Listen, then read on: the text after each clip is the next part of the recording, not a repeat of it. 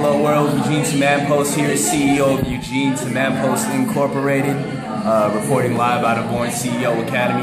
I just have to say that this last few weeks I've been plugging into this event have been truly impactful. What I love most about Born CEO Academy is that it's validated thoughts that I've had my whole life. I've come to learn that I'm not crazy, or maybe I am crazy, and that's actually a good thing. If you want to be successful, you have to do what the opposite of what the masses are doing. And here in Born CEO Academy, it's truly an incubator for those who feel like they truly have a life purpose that maybe they put a little bit to the side because of life circumstances, to truly pursue their life purpose, because we all have a gift. We all are CEOs. It's just a matter of being in the right environment to bring that out of you. So I thank you, Born CEO Academy, for the impact you've had on me and my life, and I look forward to seeing you again next week.